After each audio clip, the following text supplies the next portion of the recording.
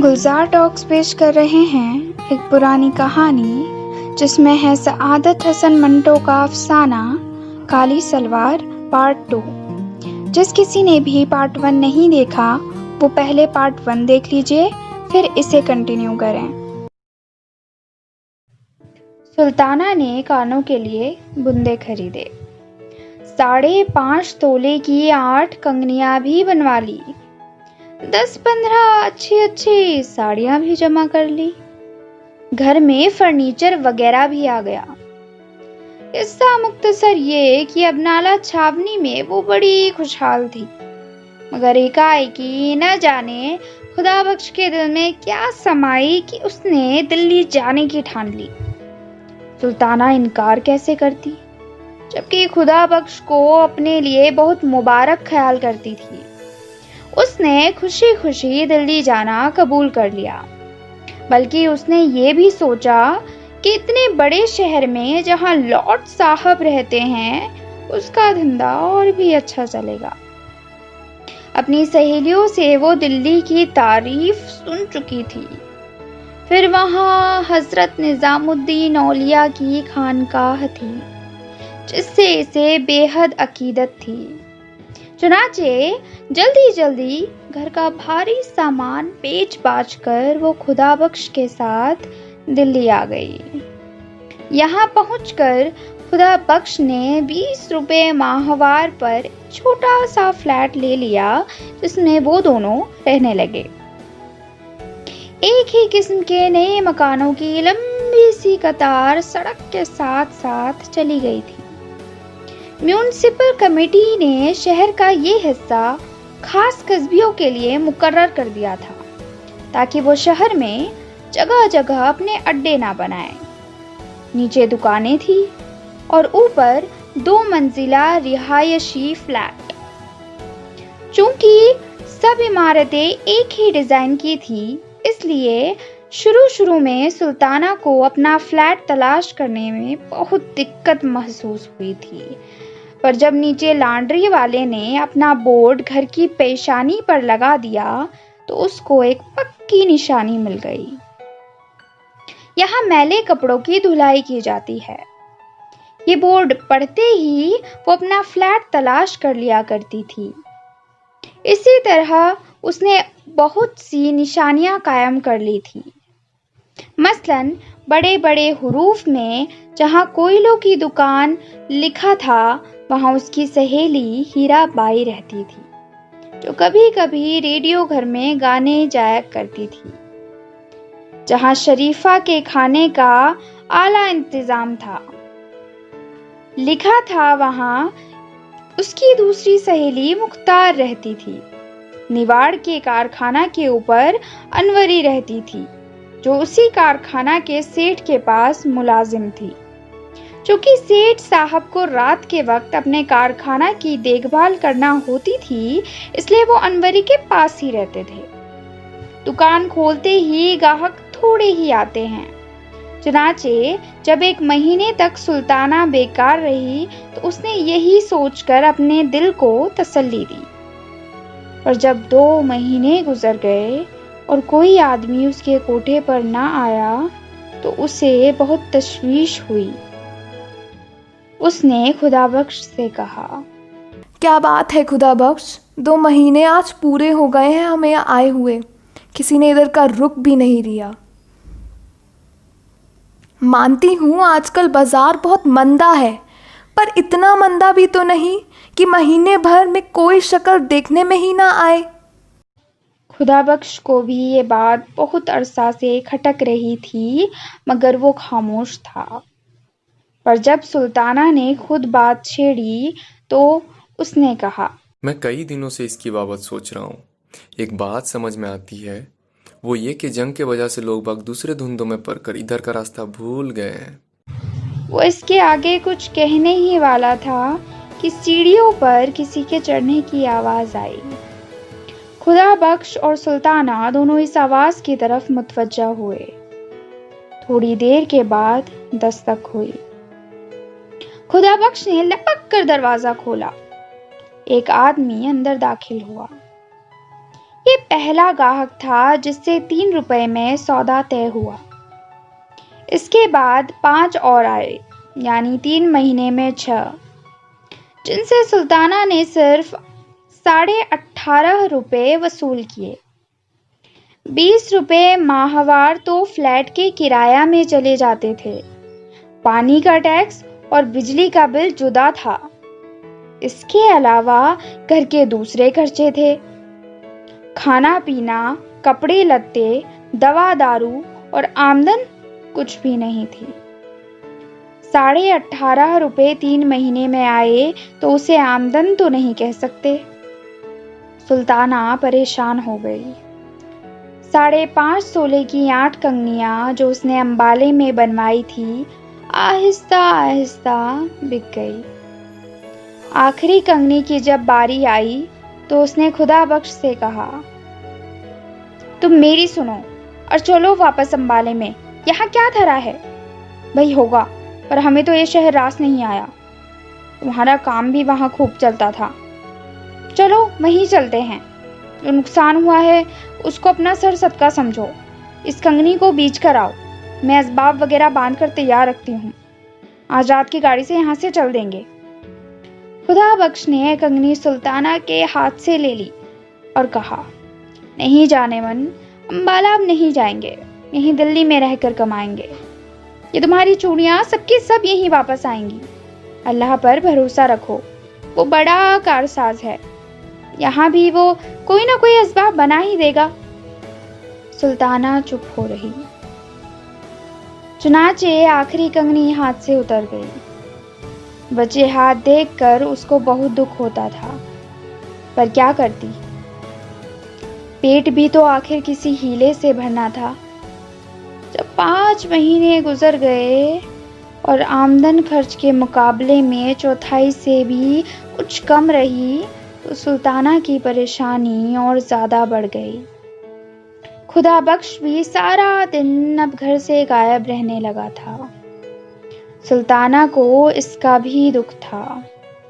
इसमें कोई शक नहीं कि पड़ोस में उसकी 2-3 मिलने वालियां मौजूद थीं, जिनके साथ वो अपना वक्त काट सकती थी। पर हर रोज उनके यहाँ जाना और घंटों बैठे रहना उसको बहुत बुरा लगता था।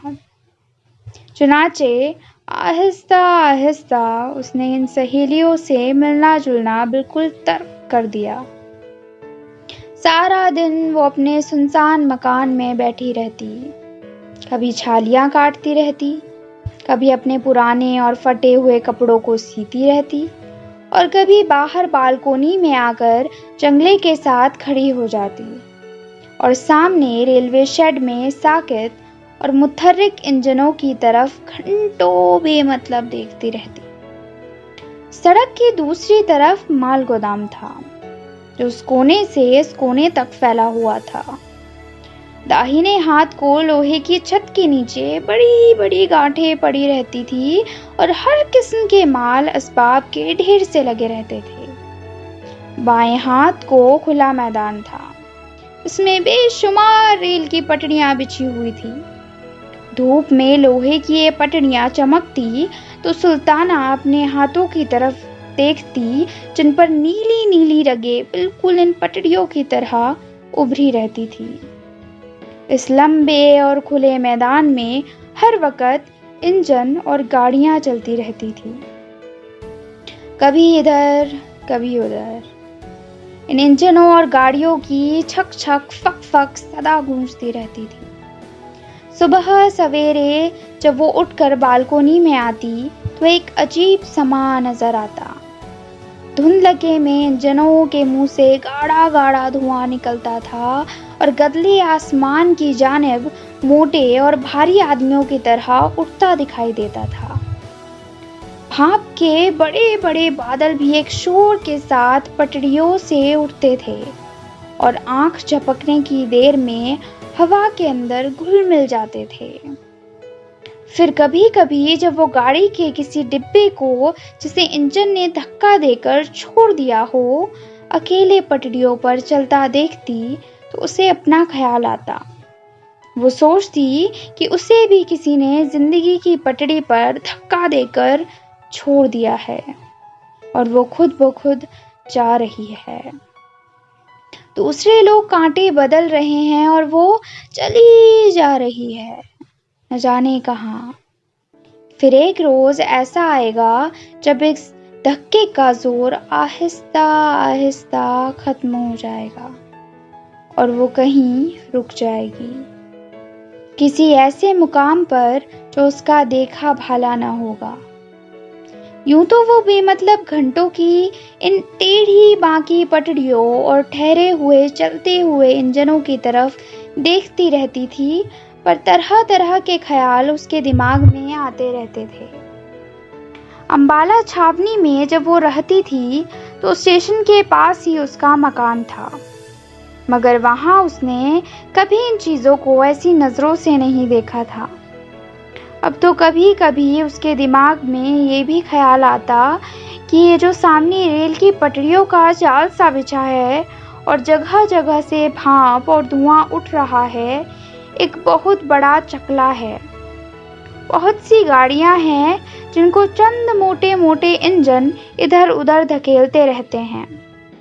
सुल्ताना को तो बाज औकात ये इंजन सेठ मालूम होते हैं, जो कभी कभी अंबाला में उसके यहाँ आया करते थे।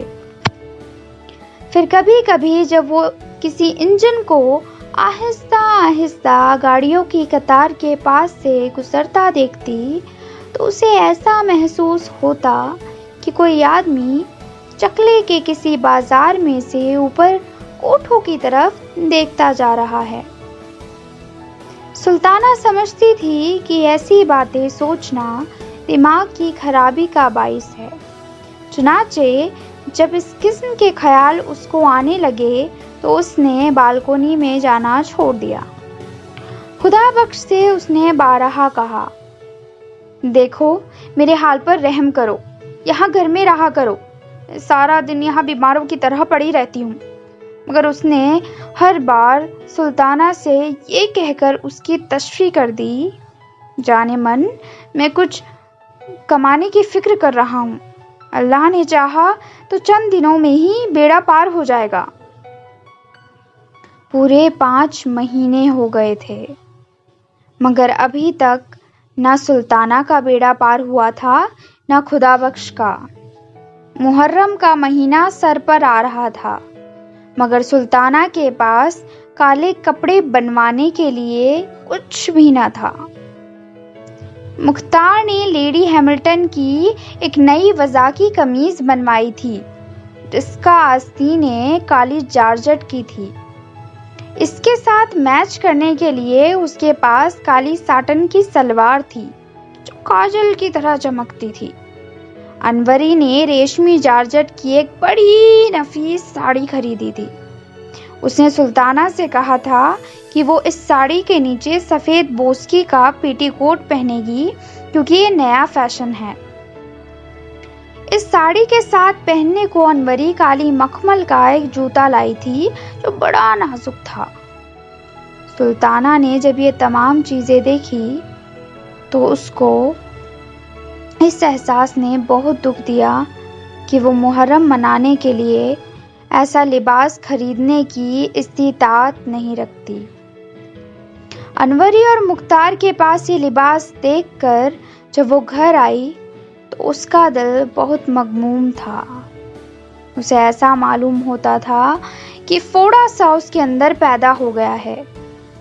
घर बिल्कुल खाली था। खुदा बख्श हस्बे मामूल बाहर था। देर तक वो दरी पर गाव तकिया सर के नीचे रखकर लेटी रही, पर जब उसकी गर्दन ऊंचाई के बाइस अकड़ सी गई तो उठकर बाहर बालकोनी में चली गई, ताकि गम अफजा ख्यालात को अपने दिमाग में से निकाल दे। सामने पटरियों पर गाड़ियों के डिब्बे खड़े थे, पर इंजन कोई भी ना था। शाम का वक्त था, छिड़काव हो चुका था, इसलिए गर्दो गुबार दब गया था। बाजार में ऐसे आदमी चलने शुरू हो गए थे जो ताक झांक करके बाद में चुपचाप घरों का रुख करते हैं। ऐसे ही एक आदमी ने गर्दन ऊंची करके सुल्ताना की तरफ देखा। सुल्ताना मुस्कुरा दी और उसको भूल गई, क्योंकि अब सामने पटरियों पर एक इंजन नमूदार हो गया था। सुल्ताना ने गौर से उसकी तरफ देखना शुरू किया और आहिस्ता आहिस्ता ये ख्याल इसके दिमाग में आया कि इंजन ने भी काला लिबास पहन रखा है। यह अजीबोगरीब ख्याल दिमाग से निकालने की खातिर जब उसने सड़क की जानिब देखा तो उसे वही आदमी बैलगाड़ी के पास खड़ा नजर आया जिसने उसकी तरफ ललचाई नजरों से देखा था।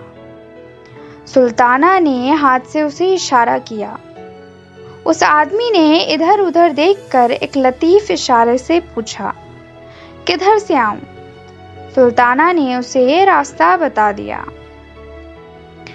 वो आदमी थोड़ी देर खड़ा रहा, मगर फिर बड़ी फुर्ती से ऊपर चला गया। सुल्ताना ने उसे दरी पर बैठाया।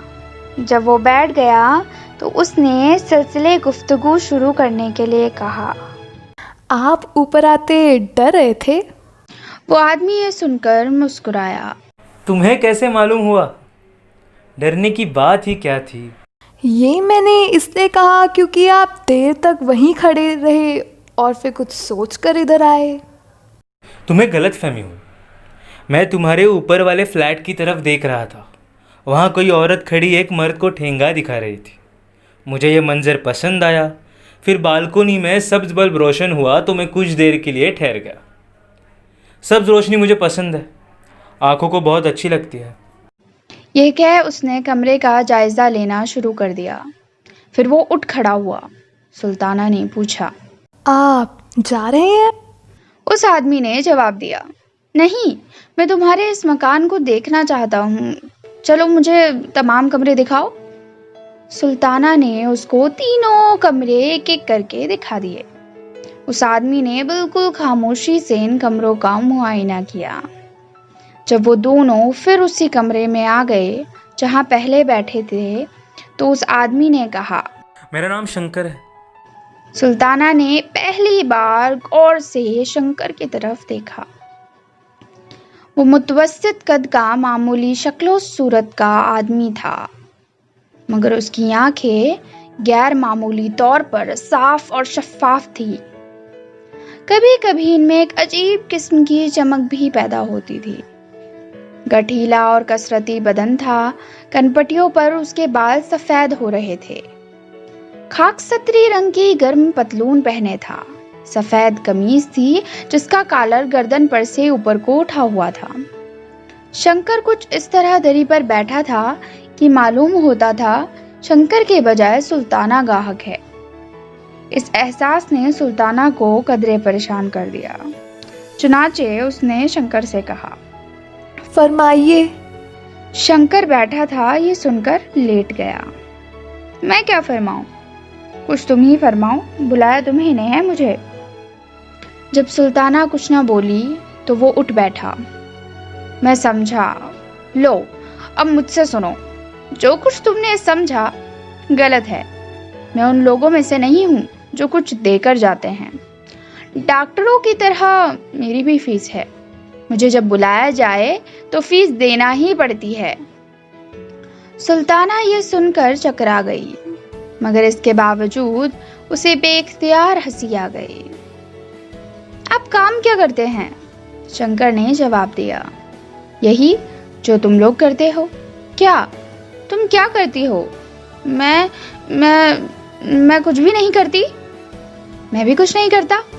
सुल्ताना ने भुन्ना कर कहा, ये तो कोई बात ना हुई। आप कुछ ना कुछ तो जरूर करते होंगे।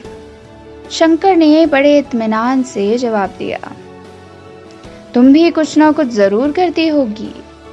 झक मारती हूँ। मैं भी झक मारता हूँ। तो आओ दोनों झक मारे। मैं हाजिर हूँ, मगर झक मारने के लिए दाम में कभी नहीं दिया करता। होश की दबा करो, ये लंगर खाना नहीं, और मैं भी वॉलंटियर नहीं हूँ। सुल्ताना यहाँ रुक गई। उसने पूछा, ये वॉलंटियर कौन होते हैं? शंकर ने जवाब दिया, उल्लू के पट्टे। मैं भी उल्लू की पट्टी नहीं, मगर वो आदमी खुदाबख्श जो तुम्हारे साथ रहता है जरूर उल्लू का पट्टा है। क्यों? इसलिए कि वो कई दिनों से एक ऐसे खुदा रसीदा फकीर के पास अपनी किस्मत खुलवाने की खातिर जा रहा है जिसकी अपनी किस्मत जंग लगे ताले की तरह बंद है।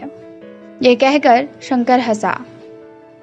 इस पर सुल्ताना ने कहा, तुम हिंदू हो इसलिए हमारे इन बुजुर्गों का मजाक उड़ाते हो। शंकर मुस्कुराया। ऐसी जगहों पर हिंदू मुस्लिम सवाल पैदा नहीं हुआ करते। पंडित, मौलवी और मिस्टर जिना अगर यहाँ आए तो वो भी शरीफ आदमी बन जाए। जाने तुम क्या उटपटांग बातें करते हो, बोलो रहोगे? उसी शर्त पर जो पहले बता चुका हूँ। सुल्ताना उठ खड़ी हुई। तो जाओ, रास्ता पकड़ो। शंकर आराम से उठा।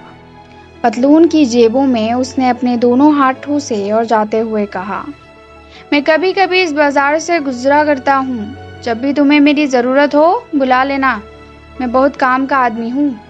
शंकर चला गया और सुल्ताना काले लिबास को भूलकर देर तक उसके मुतल्लिक सोचती रही। उस आदमी की बातों ने उसके दुख को बहुत हल्का कर दिया था। अगर वो अंबाले में आया होता जहाँ की वो खुशहाल थी तो उसने किसी और ही रंग में उस आदमी को देखा होता और बहुत मुमकिन है कि उसे धक्के देकर बाहर निकाल दिया होता। मगर यहाँ चूंकि वो बहुत उदास रहती थी इसलिए शंकर की बातें उसे पसंद आई। शाम को जब खुदाबख्श आया तो सुल्ताना ने उससे पूछा, तुम आज सारा दिन किधर गायब रहे हो? खुदाबख्श थककर चूर चूर हो रहा था। कहने लगा, पुराने किला के पास से आ रहा हूँ। वहाँ एक बुजुर्ग कुछ दिनों से ठहरे हुए हैं, उन्हीं के पास हर रोज जाता हूँ कि हमारे दिन फिर जाएं। कुछ उन्होंने तुमसे कहा? नहीं, अभी वो मेहरबान नहीं हुए, पर सुल्ताना मैं जो उनकी खिदमत कर रहा हूँ वो अकारत कभी नहीं जाएगी। अल्लाह का फजल शामिल हाल रहा तो जरूर वारे न्यारे हो जाएंगे। सुल्ताना के दिमाग में मुहर्रम मनाने का ख्याल समाया हुआ था। खुदाबख्श से रूनी आवाज में कहने लगी, सारा दिन बाहर गायब रहते हो। मुहर्रम सर पर आ गया है, कुछ तुमने इसकी भी फिक्र की कि मुझे काले कपड़े चाहिए हैं? घर में फूटी कौड़ी भी नहीं, कंगनियाँ थी सो वो एक एक करके बिक गई। अब तुम ही बताओ क्या होगा? ये फ़कीरों के पीछे कब तक मारे मारे फिरोगे? मुझे तो ऐसा दिखाई देता है कि यहाँ दिल्ली में भी हमसे खुदा ने मुंह मोड़ लिया है। मेरी सुनो तो अपना काम शुरू कर दो, कुछ तो सहारा हो ही जाएगा। खुदाबख्श दरी पर लेट गया और कहने लगा, पर यह काम शुरू करने के लिए भी थोड़ा बहुत सरमाया चाहिए। खुदा के लिए अब ऐसी दुख भरी बातें ना करो, मुझसे अब बर्दाश्त नहीं हो सकती। मैंने सचमुच अमला छोड़ने में सख्त गलती की, पर जो करता है अल्लाह ही करता है और हमारी बेहतरी के लिए ही करता है। क्या पता है कि कुछ देर और तकलीफ बर्दाश्त करने के बाद हम। सुल्ताना ने बात काट कर कहा, तुम खुदा के लिए कुछ करो, चोरी करो या डाका मारो, पर मुझे एक सलवार का कपड़ा जरूर ला दो। मेरे पास सफेद बोस्की की कमीज पड़ी है, उसको मैं काला रंगवा लूंगी। सफेद नैनो का एक नया दुपट्टा भी मेरे पास मौजूद है, वही जो तुमने मुझे दिवाली पर ला कर दिया था। ये भी कि इसके साथ ही काला रंगवा लिया जाएगा। एक सिर्फ सलवार की कसर है, तो वह तुम किसी न किसी तरह पैदा कर दो। देखो, तुम्हें मेरी जान की कसम किसी न किसी तरह जरूर ला दो। मेरी भित्ती खाओ अगर ना लाओ। खुदाबख्श उठ बैठा। अब तुम ख्वामखा जोर दिए चली जा रही हो, मैं कहाँ से लाऊंगा? अफीम खाने के लिए तो मेरे पास पैसा नहीं। कुछ भी करो, मगर मुझे 4.5 गज काली साटन ला दो। दुआ करो कि आज रात ही अल्लाह 2-3 आदमी भेज दे। लेकिन तुम कुछ नहीं करोगे। तुम अगर चाहो तो जरूर इतने पैसे पैदा कर सकते हो। जंग से पहले साटन 12-14 आना गज मिल जाती थी, अब 1.25 रुपए गज के हिसाब से मिलती है। 4.5 गजों पर कितने रुपए खर्च हो जाएंगे? अब तुम कहती हो तो मैं कोई हीला करूंगा। ये कहकर खुदाबख्श उठा। लो, अब इन बातों को भूल जाओ, मैं होटल से खाना ले आऊंगा। होटल से खाना आया, दोनों ने मिलकर जहर मार किया और सो गए। सुबह हुई। खुदाबख्श पुराने किले वाले फकीर के पास चला गया और सुल्ताना अकेली रह गई। कुछ देर लेटी रही, कुछ देर सोई रही, इधर उधर कमरों में टहलती रही। दोपहर का खाना खाने के बाद उसने अपना सफ़ेद नैनो का दुपट्टा और सफ़ेद बोस्की की कमीज निकाली और नीचे लॉन्ड्री वाले को रंगने के लिए दे आई। कपड़े धोने के अलावा वहां रंगने का काम भी होता था। ये काम करने के बाद उसने वापस आकर फिल्मों की किताबें पढ़ी, जिनमें उसकी देखी हुई फिल्मों की कहानी और गीत छपे हुए थे। ये किताबें पढ़ते पढ़ते वो सो गई। जब उठी तो 4 बज चुके थे, क्योंकि धूप आंगन में से मोरी के पास पहुंच चुकी थी।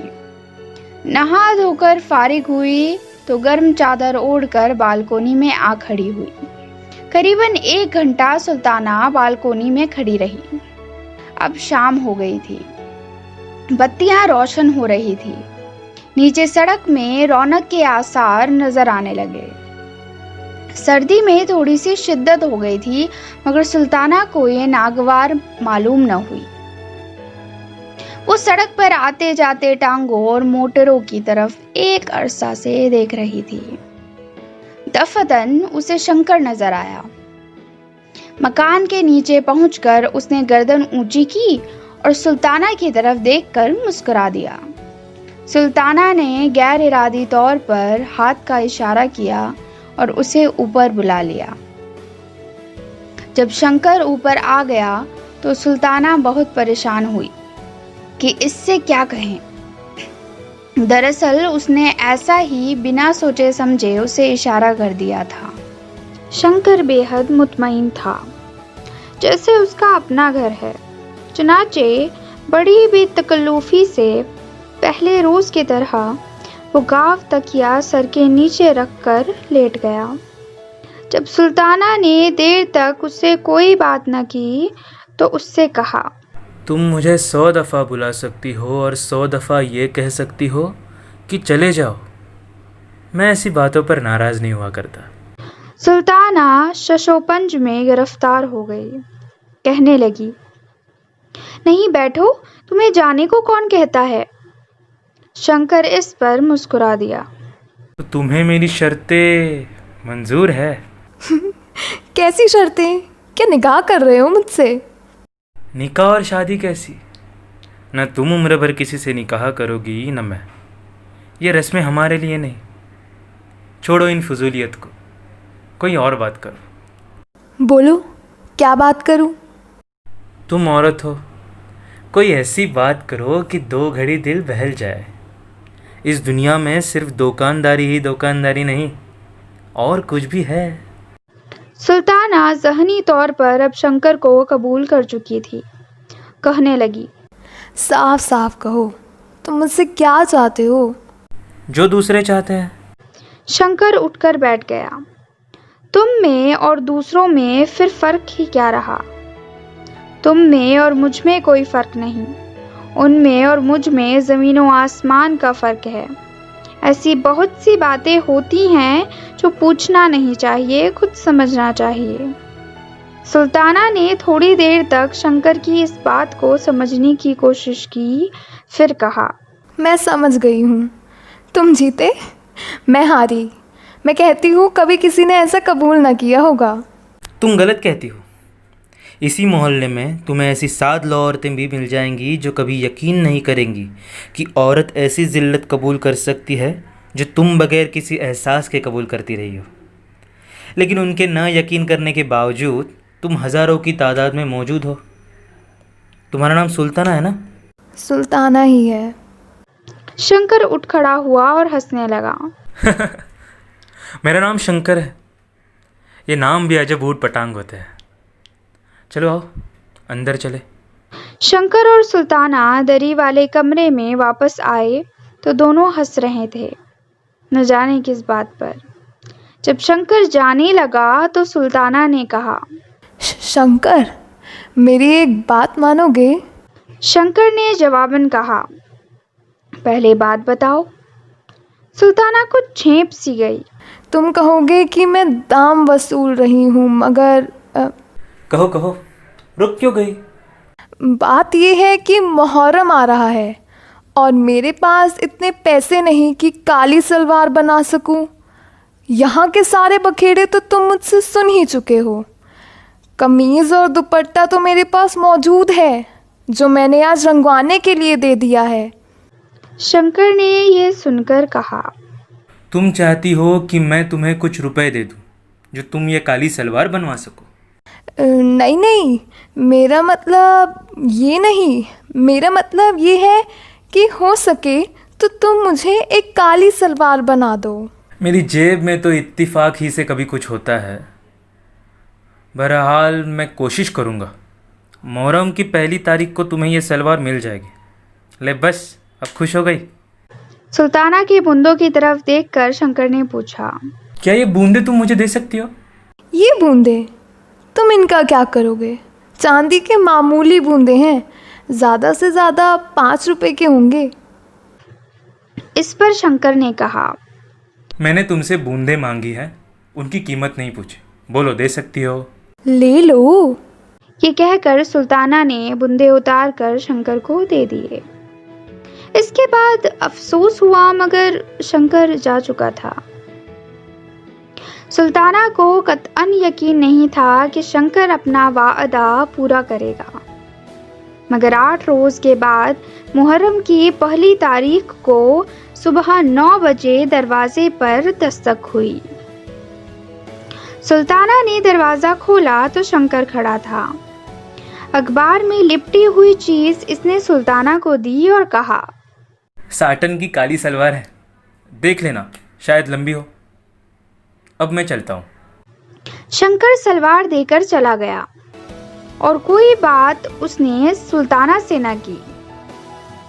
उसकी पतलून में शिकने पड़ी हुई थी, बाल बिखरे हुए थे।